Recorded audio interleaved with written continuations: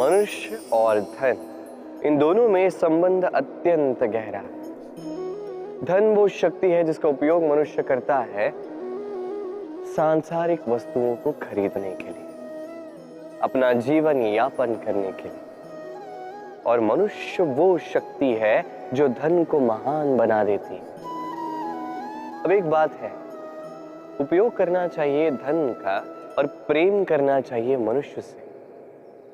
ये बात अधिकतर लोग समझ नहीं पाते। लोग यही सबसे बड़ी भूल कर बैठते हैं। वो प्रेम करते हैं धन से और उपयोग करते हैं मनुष्य का। ये अनुचित है। देखिए, आप किसी सुई से युद्ध नहीं लड़ सकते, ना किसी तलवार से आप वस्त्र सी सकते नहीं। क्या किसके लिए है ये समझना आवश्यक है। आप भी उचित दिशा में कदम उठाइए। प्रेम कीजिए मनुष्य से और उपयोग कीजिए धन का। यदि आप मनुष्य का उपयोग करने लगे तो आपको प्रेम होने लगेगा धन से। ये प्रेम धीरे धीरे परिवर्तित होगा लोभ में और धीरे धीरे ये आपका अंत कर ही देगा। सफलता कौन नहीं चाहता।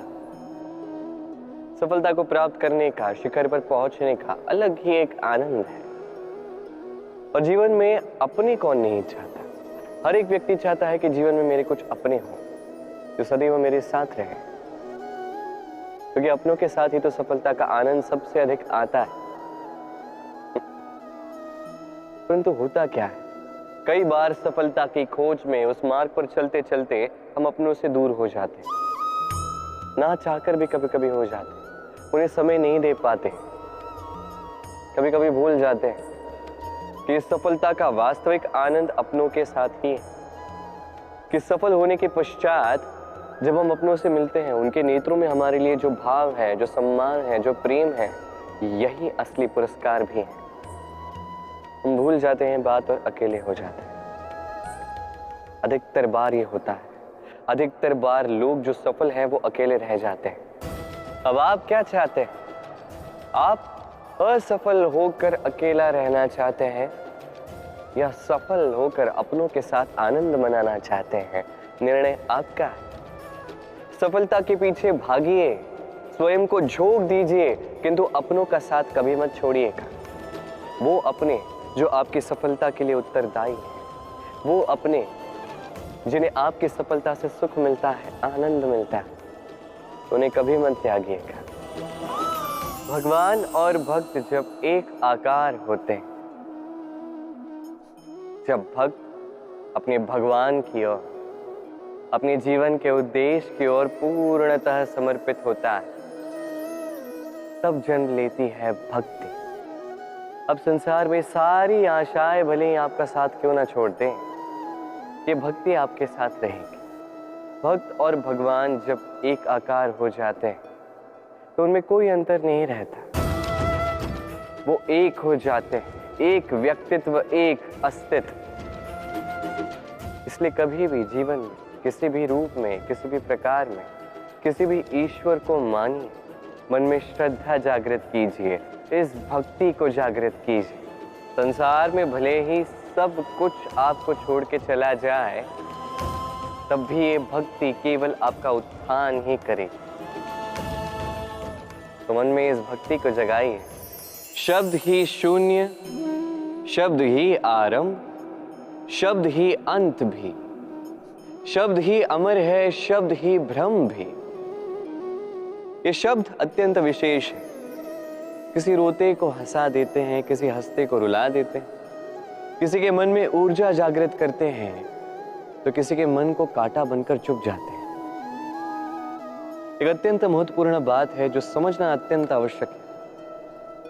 आपका मन, आपका हृदय कितना भी शुद्ध क्यों ना हो, कितना भी पवित्र क्यों ना हो, आपकी विचारधारा कितनी भी स्पष्ट क्यों ना हो, यदि आपकी वाणी पवित्र नहीं, यदि आपके शब्द शुद्ध नहीं, तो ये आपको आपके कर्मफल को भोगने पर विवश कर ही देते हैं। एक सरल सा उदाहरण देता हूं। आपके जीवन में कोई ऐसा होगा जो आपको नहीं भाता, जो कदाचित अधर्मी होगा, जो कदाचित नीच बुद्धि वाला होगा, परंतु उसे अपशब्द कह देने से उसमें परिवर्तन तो नहीं आता। उसकी मानसिकता तो नहीं बदलती,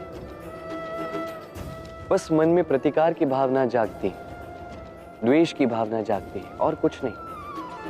इसलिए इन शब्दों पर नियंत्रण रखिए, इस वाणी पर नियंत्रण रखिए। श्रेष्ठ से श्रेष्ठ व्यक्ति को भी सावधान रहना पड़ता है, क्योंकि यदि इन शब्दों का प्रयोग उचित ना हुआ तो आजीवन निशब्द होकर रह जाते हैं लोग। वरदान और श्राप, ये दोनों एक ही सिक्के के दो पहलू हैं। ये वरदान हमें कई कारणों से मिलता है, कभी हमारे परिश्रम के कारण, कभी तपस्या के कारण, कभी हमारे पुरखों के परिश्रम और तपस्या के कारण। परंतु ये वरदान कब तक वरदान ही रहेगा, ये हम निश्चित नहीं करते।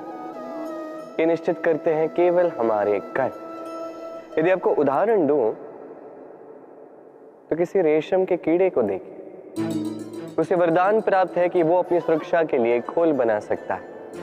अब वो उसमें इतना मधांध हो जाता है कि वो एक ऐसा खोल बना देता है जिसमें स्वयं ही गिरता है, दबकर मर जाता है। इसका तात्पर्य क्या है?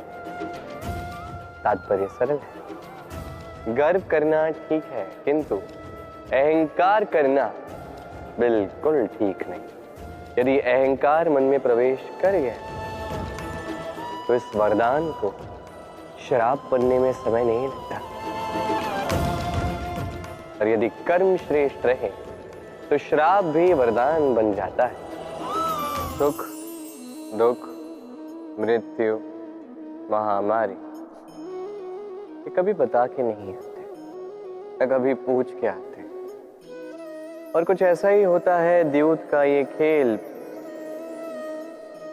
एक कारागार की भांति, एक मकड़े के जाल की भांति।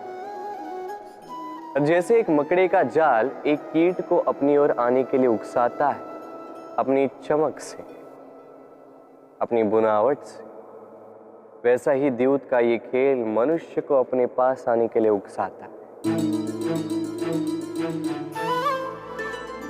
अंत में जाके मनुष्य फंस जाता है। अंतर बस ये है कि जब कीट इस जाल में फंसता है वो अपने प्राण गंवा देता है। मनुष्य जब द्यूत के इस उकसावे में आता है वो अपना मान, अपना धन, सब कुछ गंवा देता है, अपना विवेक खो बैठता है। और आप अपना विवेक कभी मत खोइएगा।